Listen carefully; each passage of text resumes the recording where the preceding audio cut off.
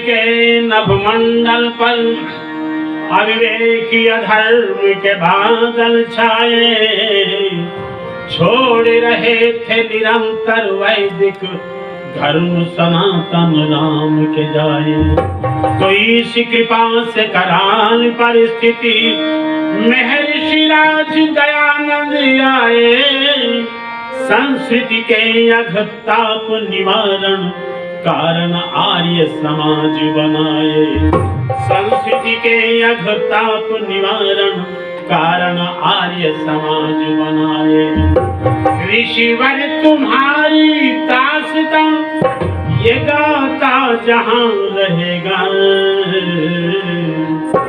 जब तक जमीन रहेगी आसमां रहेगा, जब तक जमीन रहेगी आसमां रहेगा। ऋषिवर तुम्हारी दास्तां गाता जहां रहेगा, जब तक जमीन रहेगी, जब तक जमीन रहेगी आसमां रहेगा। ऋषिवर तुम्हारी दास्तां। तूने जलाई ज्ञान की ज्योति जो बुझ गई थी,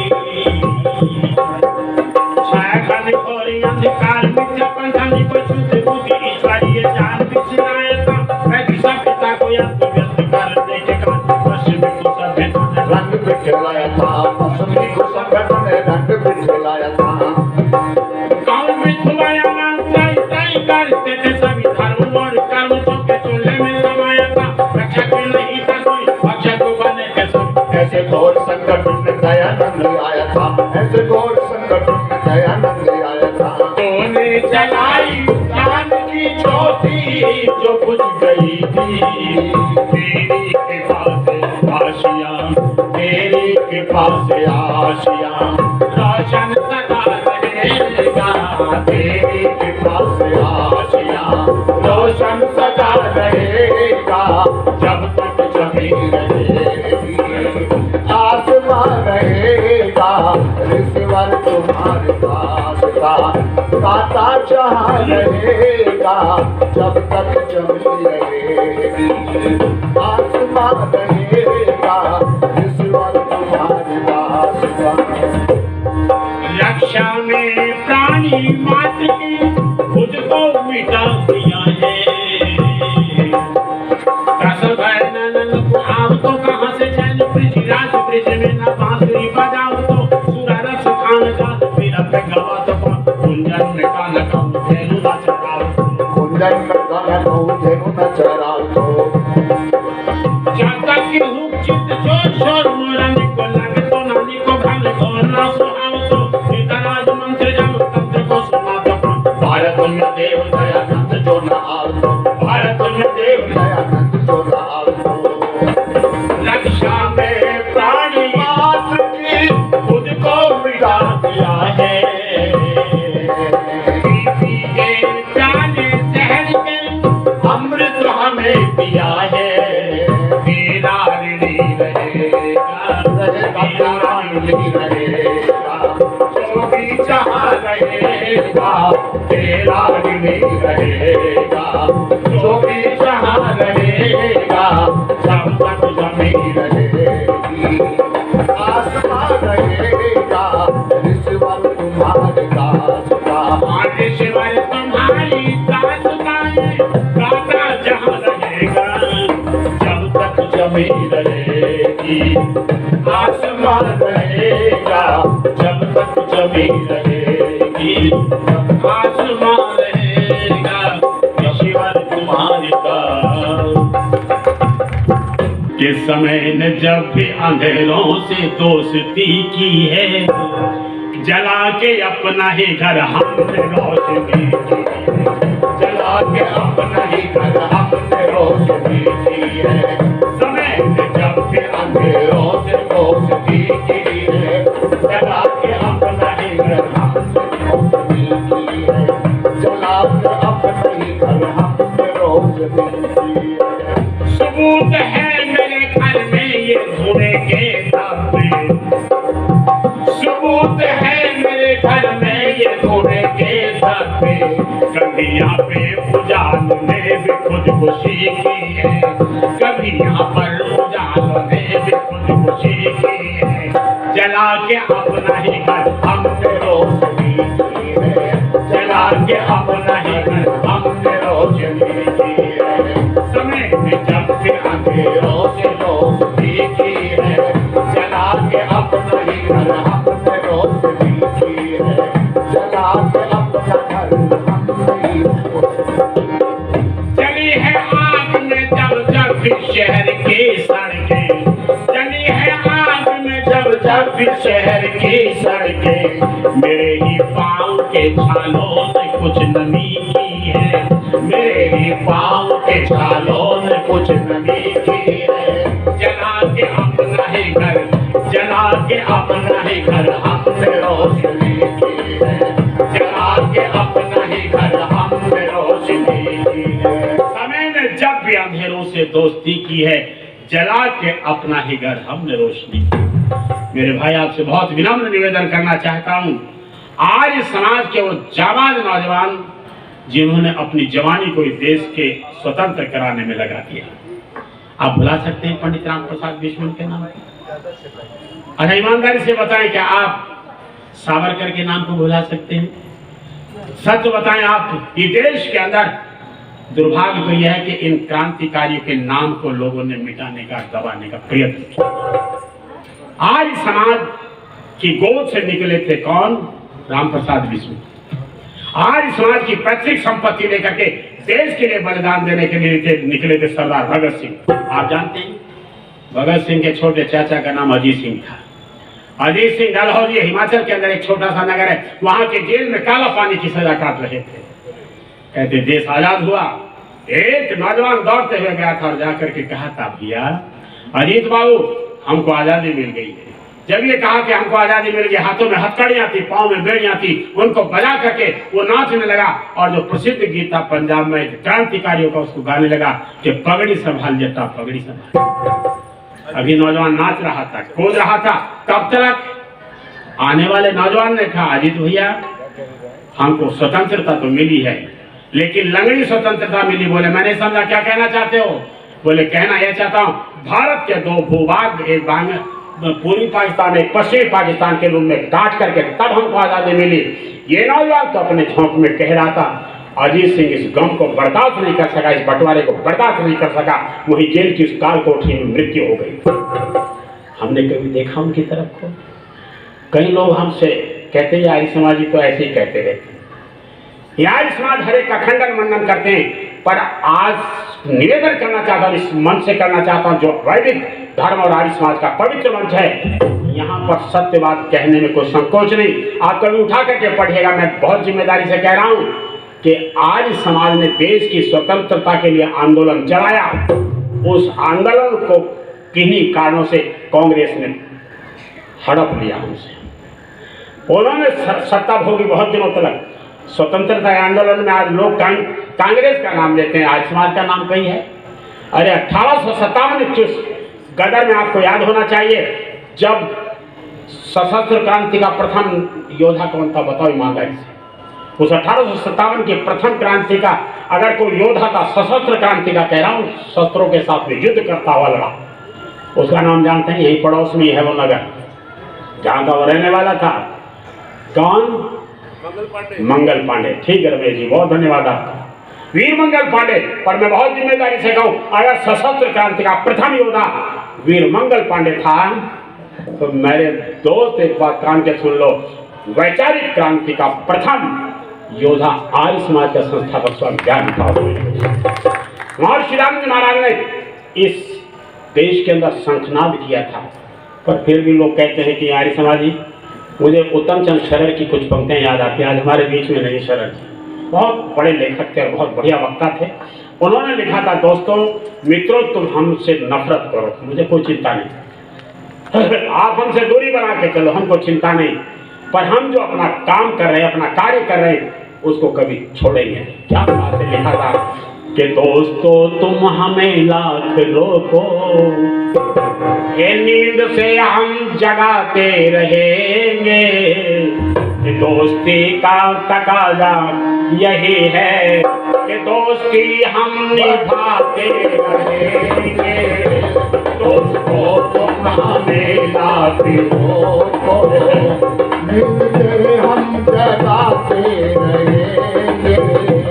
दोस्ती का तकाजा यही है, दोस्ती हम निभाते रहेंगे।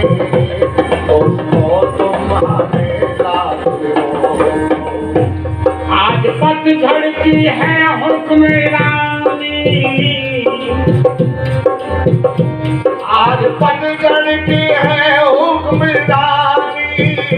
फूल गुलशन के कुमला चुके हैं, फूल गुलशन के कुमला चुके हैं। खून से सींच के बाग अपना, खून से सींच के बाग अपना हम बहारों को लाते रहे। दोस्तों तुम हमें लाते रोको, इनसे हम जगाते रहेंगे। दोस्ती का तकाजा यही है, दोस्ती हम निभाते रहेंगे। दोस्तों तुम हमें लाते रोको।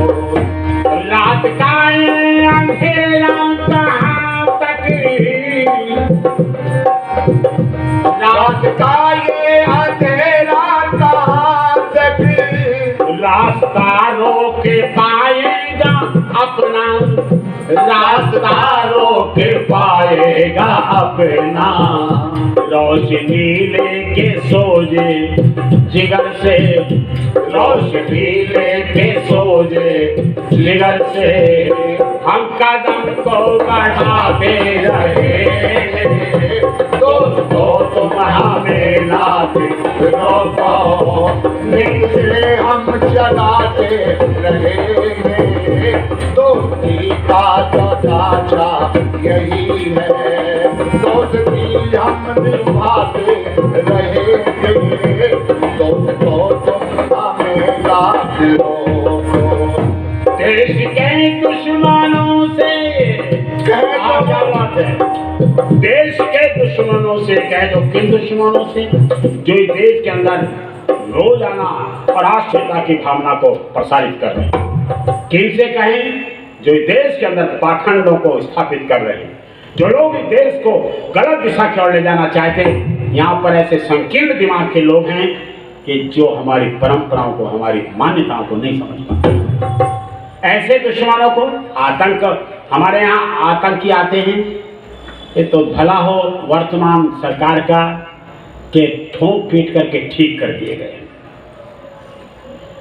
कश्मीर की अवस्था को आप जानते हैं, अब भी वो सर कभी कभी उठाते हैं, लेकिन उनके सर को कुचलने के लिए ताकतवर आदमी चाहिए। मैं बहुत निवेदन कर रहा था, तबीयत से कह रहा था कि देश के दुश्मनों से ये कह दो हम ना बख्शेंगे उनको कभी भी, हम ना बख्शेंगे उनको कभी भी। राह की जो रुकावट बनेगा, राह की जो रुकावट बनेगा, ठोकरों से हटाते रहेंगे। दोस्तों तुम हमें लाते रोको, नित से हम जगाते रहेंगे। दोस्ती का तकाजा यही है, दोस्ती हम निभाते रहेंगे। दोस्तों तुम हमें लाते रोको। महर्षि की सदाकत को देखो, देखो महर्षि की सदाकत को देखो। उसकी हिम्मत को, जुर्रत को देखो, उसकी हिम्मत को, जुर्रत को देखो। शिष्य हैं हम भी उसमें ऋषि के, शिष्य हैं हम भी उसमें ऋषि के। सत्म सीने पे आते रहे, दोस्तों तुम हमें रात रोको, नींद से हम जगाते जगाते रहेंगे। दोस्तों तुम हमें लात रोको, दोस्तों तुम हमें लात रोको, नींद से हम जगाते रहे। मैं बहुत विनम्रता से आपसे, वैसे मैं बहुत सौभाग्यशाली हूँ, इसलिए सौभाग्यशाली एक तो हमारे संचालक महोदय चले गए, मुझे खुला मैदान मिल गया, है कि नहीं? अच्छा नहीं, खड़े रहो, मैं देख थोड़ी रहा हूँ।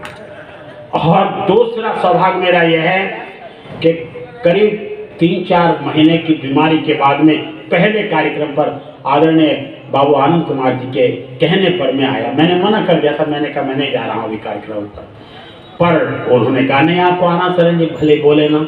अब ऐसे तो नहीं हो सकता, जब जाएगा उपदेशक बोलेगा ही, उसको बोलना भी चाहिए। पर मुझे मेरी खुशी का कोई ठिकाना नहीं रहा जब सत्यप्रकाश जी ने कहा कि नौजवान लगते हैं। मैंने कहा ये तो बीमारी के बाद की हालत है, ठीक ठाक होते तो तब देख ले।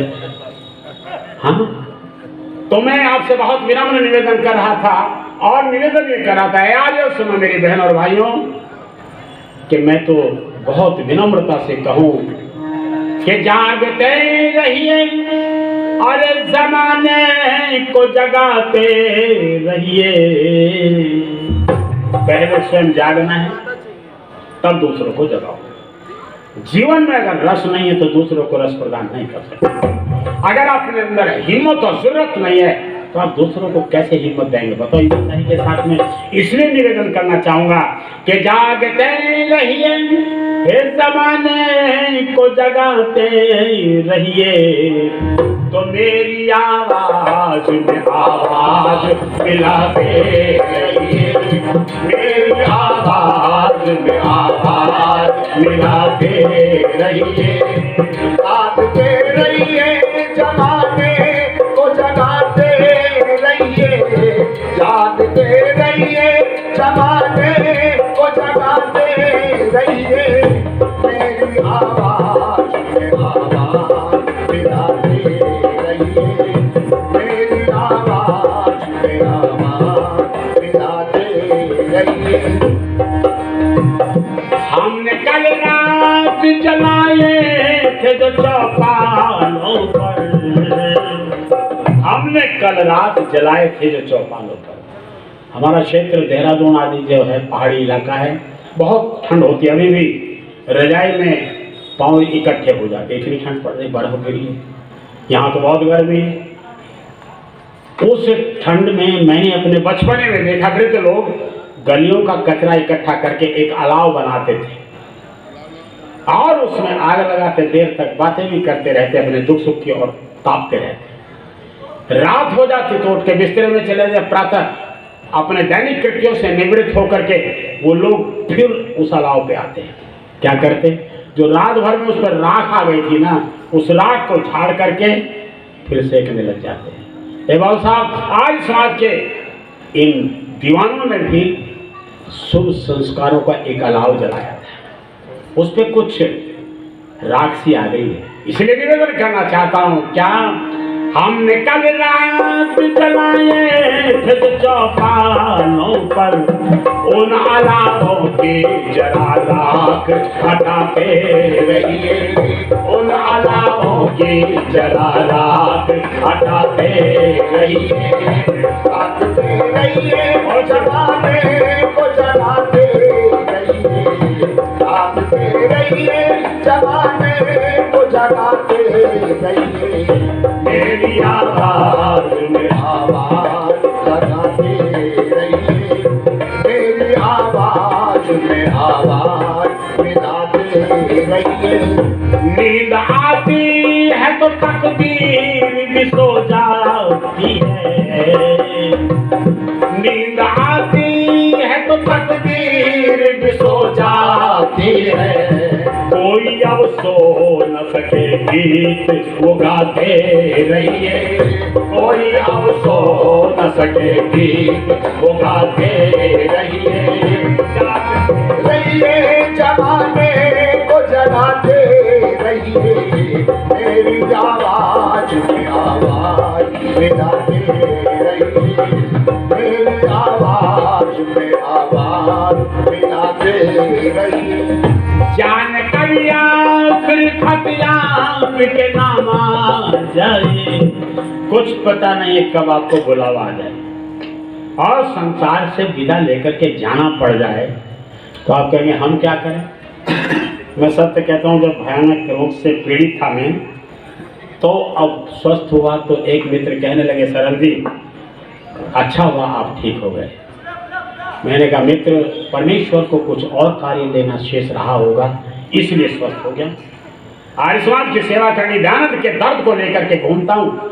मैं कोई भजन गायक नहीं, मैं भजन वो जो वो क्या होता है भजन संध्या, मैंने कहा मैं उसका उपदेशक नहीं। मुझे केवल मात्र लोगों के हृदयों के अंदर आर्य समाज और ज्ञान को उतारने का मेरा जिम्मेदारी है। मैं केवल भजन गाने के लिए नहीं बना हूं। और मैं आपसे निवेदन करना चाहता हूं, उसने कहा तो फिर हम क्या करें अगर आखिरी खत आ जाएगा, मौत आ जाएगी। तो मैंने कहा मित्र सुनो,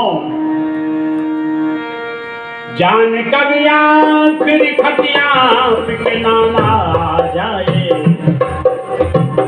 आपसे जितना बने प्यार लुटाते रहिए, आपसे जितना बने प्यार लुटाते रहिए, जानते रहिए जमाने को जगाते रहिए, जागते रहिए जमाने को जगाते रहिए, मेरी आवाज में आवाज लगाते रहिए, मेरी आवाज में आवाज लगाते रहिए, मेरी आवाज में आवाज मिलाते रहिए। अब डॉक्टर साहब मेरी तरफ देख रहे हैं तो मुझे क्या चाहिए, मेरा कुर्ता खींचे ही उससे पहले हट जाना चाहिए कि नहीं हट जाना चाहिए। पर एक पंक्ति कह करके हटूंगा उससे पहले, क्योंकि जितनी देर गैप इन्होंने छोड़ा उधर चले गए, उतनी देर का तो बदला नहीं। क्या बात, मैं ज़्यादा लंबा नहीं करूँगा। मनीषी जी की एक पंक्ति याद आती है बहुत। महर्षि राम के संबंध में उन्होंने अंदाज से लिखा था कभी कि एक जंगल में नई बस्ती बसा दी तूने,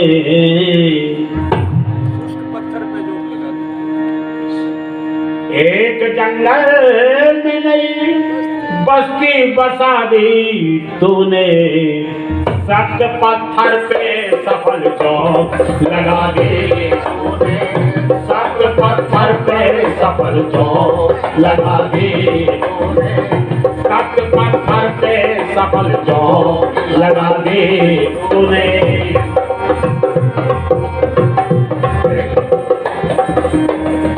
ढूंढा इतिहास में कोई, ढूंढा इतिहास में देखा न मिला तुम जैसा, ढूंढा इतिहास में देखा न मिला तुम जैसा,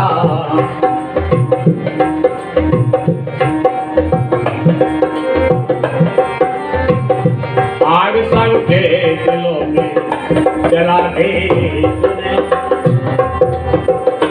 आग के एक जंगल में नई बस्ती बसा दे तूने, सख्त पत्थर पे सफल चौक लगा दी तूने। कभी से आपने मुझको सुना है।